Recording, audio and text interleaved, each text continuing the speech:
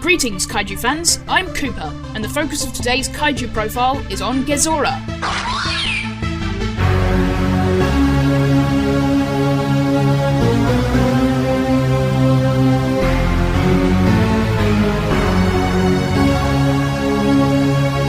The mutant cuttlefish GEZORA debuted alongside Ganymedes and Kamebas in the 1970 film Space Amoeba, and like its co-stars, he is a pawn of the alien Yog.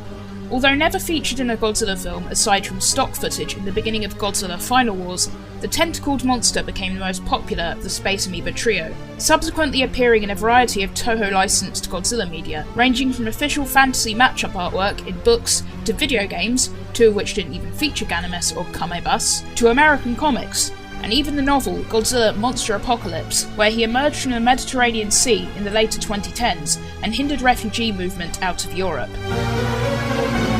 GEZORA's design was based after real-life cephalopods, and, according to assistant director Teruyoshi Nakano, the principle that by making things people know huge, they'd be scary. Veteran Toho modelers Teizo Toshimitsu and Yasue Yagi were in charge of the modelling of GEZORA. GEZORA's eyeballs were originally intended to move, but the mechanism broke during filming and was never repaired. Producer Fumio Tanaka later commented on this and went on to link the oversight to the passing of special effects director Eiji Tsuburaya, saying, "Mr. Tsuburaya had more influence within Toho than Teisho Arakawa did, so the members of the special effects staff were given less time in which to do their work after Mr. Tsuburaya died. This made them work a little less carefully than they previously had." Additionally, for scenes such as the one where GEZORA's tentacles burst into the house that Yokoyama and Riko are in, at least 2 full-size tentacle props were constructed and operated by piano wires. A kisslip cuttlefish mutated by the ever-transient space amoeba Yog off the coast of Sergio Island, GEZORA was regarded as a mythical beast by the island's natives. Emerging from the waters, the monster attacked a pair of men attempting to fish, and took his first victim in the form of a man named Sakura. Although the other, an engineer by the name of Yokoyama, would escape with his life, he was left traumatically scarred by the incident. Yokoyama would later agree to join a small group of Japanese visitors to the island in surveying a cave connected to the ocean's waters, only to be startled by the appearance of GEZORA's trademark bioluminescent glow, and flee the scene with an islander named Riko. GEZORA emerged from the ocean and decimated the camp which Yokoyama had fled to, killing him, and attempted to do the same to Riko, but was fortunately repelled by the ultrasonic waves emitted from a nearby colony of native bats, leaving the man in a near unresponsive state and with a number of frostbitten wounds. GEZORA was later discovered by Taro Kudo and Dr. Kyuichi Mida dwelling on the seafloor, entrapping both in his tentacles but letting the men go after being distracted by a family of dolphins swimming nearby. GEZORA then emerged from the ocean once more and attacked another native outpost. After some conspiring, GEZORA was killed by drenching a field in gasoline and luring the monster to him with gunshots before setting him ablaze with torches, exploiting his aversion for fire and other high-temperature substances. GEZORA retreated to the ocean floor where he finally died from his wounds. However, Yog escaped his host and sought out new creatures to mutate. Tentacles. GEZORA possesses 10 long, suction cup-laden tentacles, which are effective for pinning and constricting. Within the film, GEZORA uses his tentacles to strike objects from a distance and knock them over, or to toss and drown people.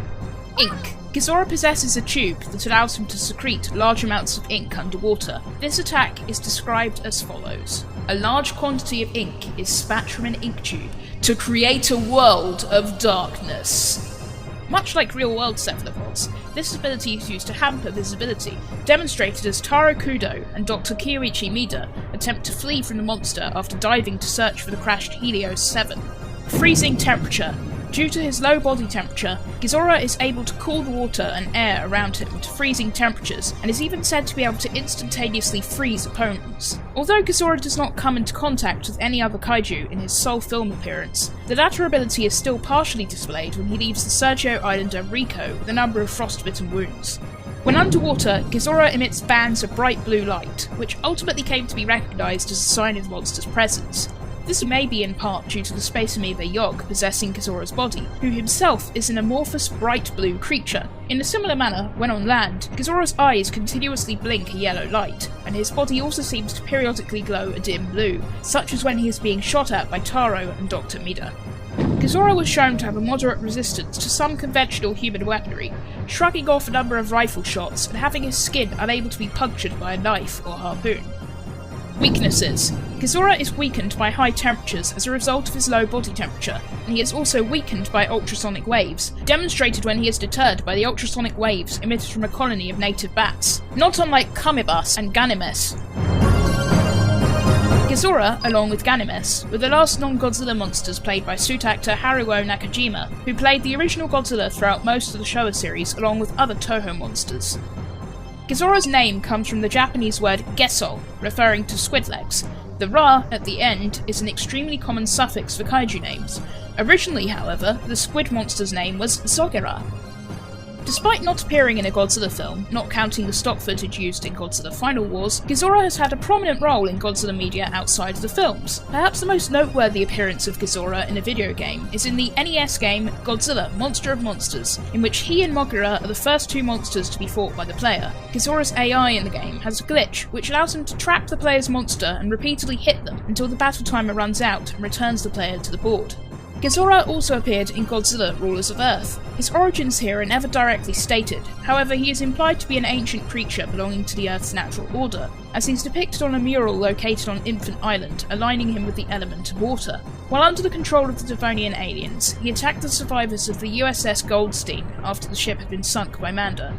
In Issue 9, he assaulted a naval fleet alongside Manda and Titanosaurus, assembled near where Godzilla fought Biollante. The Monster King soon drove the three monsters off. Later on, Destoroyah joined the three monsters to defend the Devonian capital against Godzilla, but they were defeated. Although GEZORA presumably survived, as a trilopod which had absorbed his DNA appeared in Los Angeles 4 years later, he was never seen afterward, nor did he take part in the final battle between the Earth monsters and the trilopods. And that's all for GEZORA. Thank you for watching.